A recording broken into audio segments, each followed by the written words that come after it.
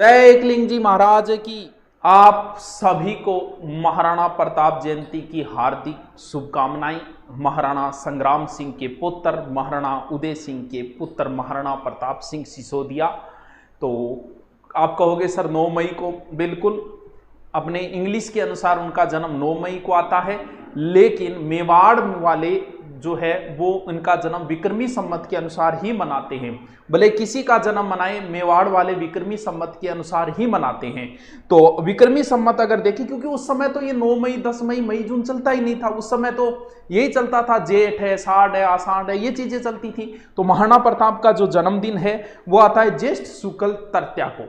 तो आज वही उनकी जन्म की आप सबको हार्दिक शुभकामनाएं। स्वाभिमान के प्रतीक माने जाते हैं ये। जब भी कभी स्वाभिमान डगमगाए तुम्हारा तो महाराणा को पढ़ लेना। महाराणा जो है वो स्वाभिमान के प्रतीक माने जाते हैं हमारे, और ये हमारा सौभाग्य है कि हमारी राजस्थान भूमि में इनका जन्म हुआ। तो ये सबसे बड़ी खुशी की बात है। आज सबको, आप सबको हार्दिक शुभकामनाएं। ये एक ऐसे व्यक्तित्व हैं जिनका आज तो आदर है, युगों युगों तक रहेगा, जब तक ये सृष्टि रहेगी तब तक रहेगा। लेकिन जब महाराणा प्रताप के समकालीन जो लोग थे वो भी उनका उतना ही आदर किया करते थे। उस समय भी उनका बड़ा आदर था। समकालीन जैसे बात करें, पृथ्वीराज राठौड़ इनका आदर करते थे, जबकि पृथ्वीराज राठौड़ स्वयं अकबर के दरबार में रहते थे। उस समय एक कवि, कहते हैं कि महाराणा प्रताप जब पहाड़ियों में थे उस समय उनके वहां एक कवि आया और उसने कोई कविता सुनाई, और उस कविता से महाराणा बड़े खुश हुए, और खुश होकर उन्होंने अपनी पगड़ी जो है वो दे दी उस कवि को। कहते हैं कि कुछ दिन बाद कभी घूमते घूमते अकबर के दरबार में पहुंचे, तो दरबार में क्या होता था, सजदा करना पड़ता था दरबार के अंदर, यानी सर झुका के सजदा करना पड़ता था। कहते हैं कि वो कवि पहुंचा, उसने वो पगड़ी निकाल के और यहां लेके फिर उसको सर झुकाया। अकबर बोला ये क्या नाटक है? बोल जी नाटक नहीं है, ये उस व्यक्ति की पगड़ी है जिसने कभी किसी के आगे सर नहीं झुकाया। ये पगड़ी हिंदुआ सूरज महाराणा प्रताप की, इसलिए मैंने महाराणा प्रताप का सम्मान करने के लिए ये पगड़ी जो है वो इधर रख दी। उस समय कवि थे दुरसा आडा जो है वो अकबर के दरबार में रहते थे, समकालीन है महाराणा प्रताप के। उन्होंने ग्रंथ भी लिखा था विरुद्ध 7652, जिसका अर्थ पता है क्या होता है? विरुद्ध 7652, यानी विरुद्ध छत्री, उस छत्री बोला महाराणा प्रताप ने, उस छत्री के विरुद्ध अकबर तू 52 सा लग रहा है। यानी अकबर के दरबार में रहते हैं फिर भी महाराणा प्रताप का सम्मान करते हैं। क्यों? क्योंकि बात ही ऐसी थी। तो जब खबरें पहुंची कि महाराणा अधीनता स्वीकार करें, ऐसी खबरें पहुंची थी, पूर्णतः नहीं था, तो अकबर का दरबार लगा था, सारे दरबारी बैठे थे।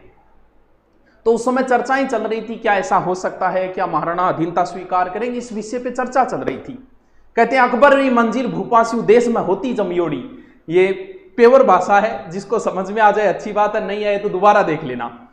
तो जब दरबार लगा था उस समय की बात है, जब चर्चा चल रही थी क्या महाराणा अधीनता स्वीकार करें, उस विषय पे सारे दरबारी बैठे हुए थे कि अकबर री मंजिल भूपास्यु देश में होती जमयोड़ी, पातल पर भाकर अस्त भयो खबरां जब पुगी उड़तोड़ी।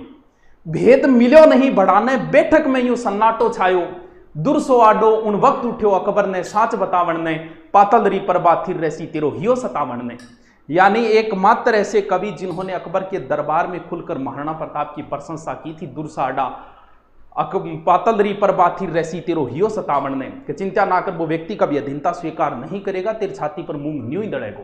तो बड़े आदरणीय व्यक्तित्व के धनी, इन्हें पढ़ के बड़ा आनंद आता है, और पढ़ा के तो उससे भी ज्यादा आनंद आता है।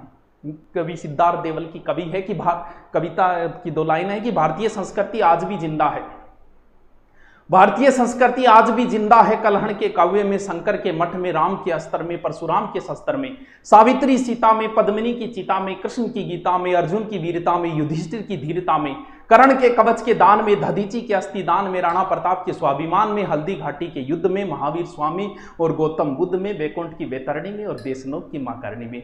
तो स्वाभिमान के रूप में ये हमेशा युगों युगों तक रहेंगे, जब तक ये सृष्टि रहेगी तब तक ये सबके लिए प्रातः स्मरणीय रहेंगे। तो आप सभी को महाराणा प्रताप जयंती पे हार्दिक शुभकामनाएं। तो कवि सिद्धार्थ देवल की कवि है कि कविता की 2 लाइन है कि भारतीय संस्कृति आज भी जिंदा है, भारतीय संस्कृति आज भी जिंदा है, कलहण के काव्य में, शंकर के मठ में, राम के अस्त्र में, परशुराम के शस्त्र में, सावित्री सीता में, पद्मिनी की चिता में, कृष्ण की गीता में, अर्जुन की वीरता में, युधिष्ठिर की धीरता में, कर्ण के कवच के दान में, दधीची के अस्थि दान में, राणा प्रताप के स्वाभिमान में, हल्दी घाटी के युद्ध में, महावीर स्वामी और गौतम बुद्ध में, बैकुंठ की बैतरणी में और देशनोक की मां करणी में। तो स्वाभिमान के रूप में ये हमेशा युगों युगों तक रहेंगे, जब तक ये सृष्टि रहेगी तब तक ये सबके लिए प्रातः स्मरणीय रहेंगे। तो आप सभी को महाराणा प्रताप जयंती पे हार्दिक शुभकामनाएं।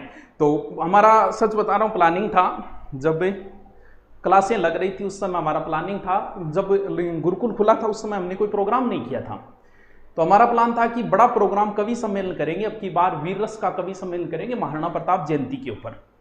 लेकिन लॉकडाउन आ गया, कोई बात नहीं, वापस वही स्थितियां बनेगी, तो अब की बार जरूर करेंगे। आप सबको निमंत्रण देंगे, आप सभी आएंगे उसके अंदर। और आज महाराणा प्रताप के जन्मदिन